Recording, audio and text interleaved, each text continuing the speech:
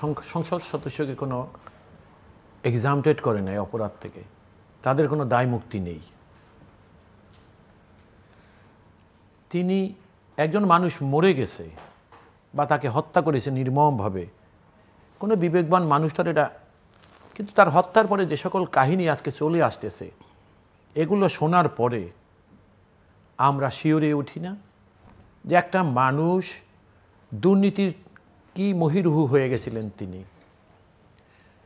এখন আজকে আমাদের এই কথাগুলো তার পরিবারের মানুষ যখন শুনবে তারা আহত হবে, কষ্ট পাবে, কিন্তু এটা তো বাস্তব যে এই মানুষগুলো দিনে দিনে তার পাপের বোঝা ভারী করে এইখানে উঠেছিলেন। একজন সংসদ সদস্য দেশ ত্যাগ করলেন, তার যাকে জানানোর কথা জানিয়ে যান নাই, সে কিভাবে চলে গেলেন, কোন পাসপোর্টে গেছে তাও আজও পরিষ্কার না। একই কাজ করেছেন বেনজির আহমেদ, একদিকে লাল পাসপোর্ট ব্যবহার করেছেন, অন্যদিকে রেগুলার পাসপোর্ট। এবার দেখেন আপনি দিনের পর দিন একটা মানুষ to hold both passport equally, নিয়ম হলো public servant while he is getting a red passport একদম তাৎক্ষণিকভাবে তাকে তার প্রাইভেট পাসপোর্টকে সারেন্ডার করে দিতে হয়। Or even then public servant cannot issue a second passport, I mean একটা প্রাইভেট পাসপোর্ট ইস্যু করারই কোনো বিধান নাই, দ্যাট ইজ অ্যান অফেন্স।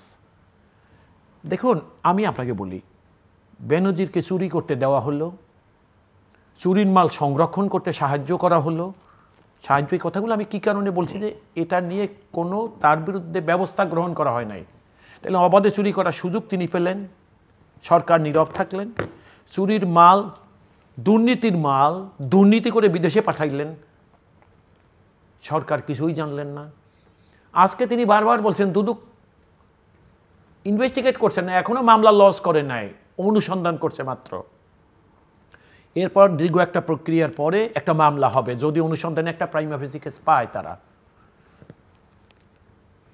এই মানুষটি আপনি দেখেন গতকালের এদেশের উল্লেখযোগ্য পত্রিকা রিপোর্ট ছিল এইরকম যে বেনজিরের এখনও যারা ঘনিষ্ঠ তারা সরকারের পালসটা এবং কি কি করতে যাচ্ছে সেই জিনিসগুলো বুঝে তাকে অবহিত করছে।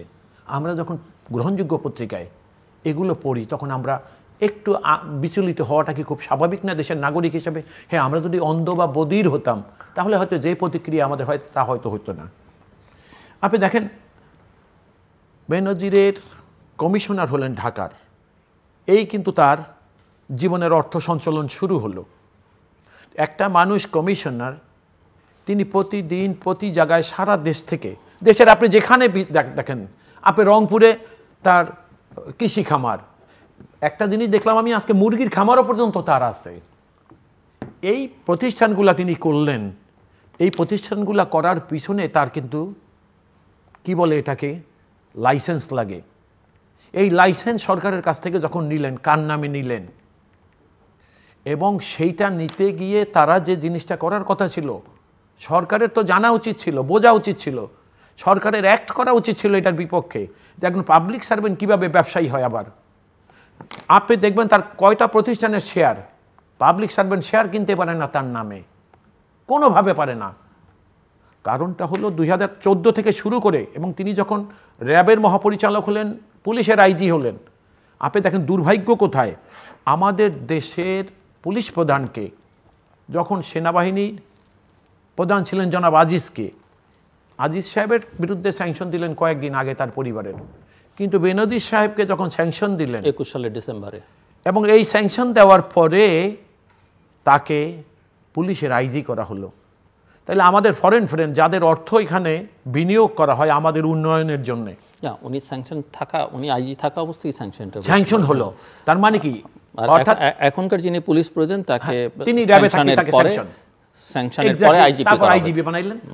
আমার বক্তব্য হলো আমেরিকা তো আমাদের যারা বন্ধু, যেহেতু তার ইন্টারেস্ট এখানে ইনভেস্ট আছে, তারা কিন্তু দুর্নীতির গন্ধ পেয়েছিলেন এবং তারা এটা দিয়ে সরকারকে বুঝিয়েছিলেন, কিন্তু সরকার কি তখন নড়ে চড়ে বসেছে? বসেনি। তাইলে আপনি দেখেন যে একটা মানুষ কমিশনার থেকে শুরু করে দুর্নীতি শুরু করলেন, সেই দুর্নীতির অর্থ দিয়ে নানা প্রতিষ্ঠান করলেন, নানা ব্যবসা করলেন, জমি জমা করলেন, ইত্যাদি ইত্যাদি করলেন। সেই মানুষটি 4 তারিখ দেশ ত্যাগ করলেন, 60 লক্ষ টাকা তুললেন। উনি বলছে আদালত স্বাধীন, কি চমৎকার করে উনি একটা কথা বলছে, দুদক স্বাধীন উনি বলতেছেন। হ্যাঁ, স্বাধীন মানে দুদক স্বাধীন হইল, সরকার যে কথা বলে। কিন্তু একটা কথা উনি বারবার ইঙ্গিত করছেন যে বিএনপির সময় এই হয়েছে, তাহলে কি কথা বলা যায় যে এই পাপ তোমার আমার, মানে আমি এইবার আপনাকে বলি, আজকে বাংলাদেশ যেখানে এসে দাঁড়িয়েছে আপনাকে সেই আবার পাপের দায়ভার আপনাদের সবারই। আমি আপনাকে ধন্যবাদ। আমি আবারও বলি আপনাকে আরেকটা কথা, দেখেন ওনারা কথায় কথায় হাওয়া ভবন বলে, যে এই সরকারের আমলে প্রত্যেক ঘর বাড়ি এখন হাওয়া ভবন।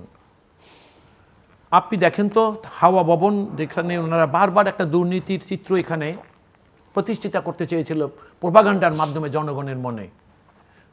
আমি আজকে ওনাকে চ্যালেঞ্জ করলাম, হাওয়া ভবন নিয়ে একটা মামলা আছে।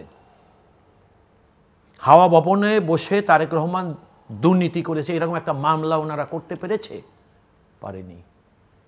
তাহলে হাওয়া ভবন বলে যাচ্ছে, আর আজকে সরকারের অফিসে বসে, পুলিশের ইন্সপেক্টর জেনারেল সরকারি অফিসে বসে একটা ডিসিপ্লিন ফোর্সের হেড হয়ে তিনি দুর্নীতি করলেন।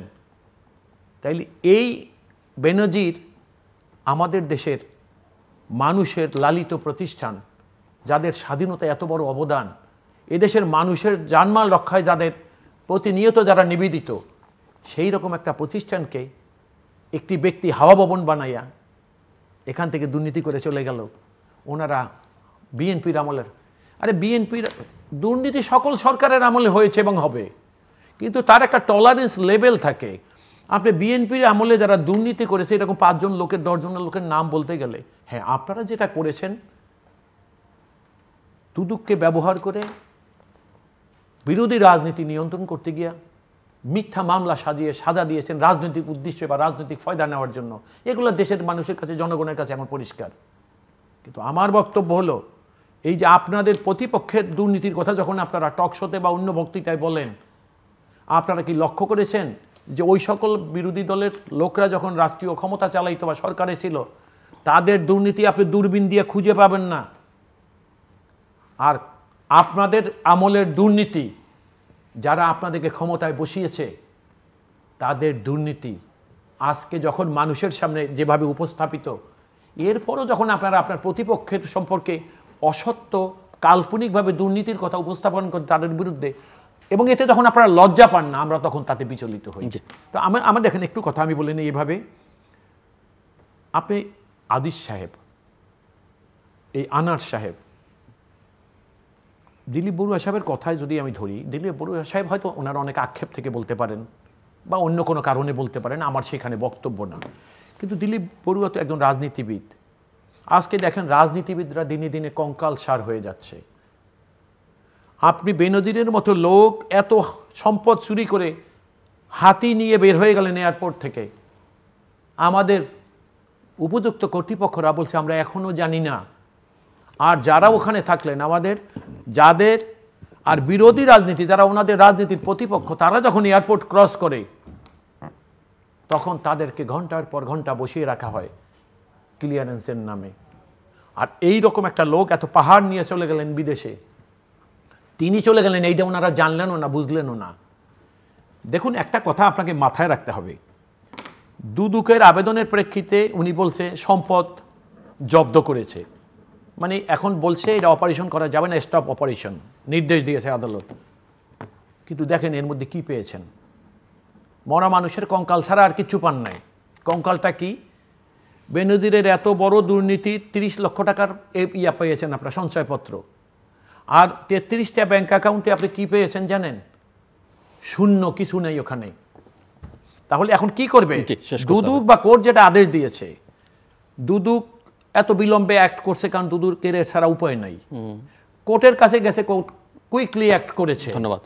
কিন্তু আমার বক্তব্য হলো যে এই সম্পত্তিগুলা যখন বেহাত হয়ে গেল, মানে যখন খালি হয়ে গেল ব্যাংক অ্যাকাউন্ট, তারপরে আবেদন হলো কেন?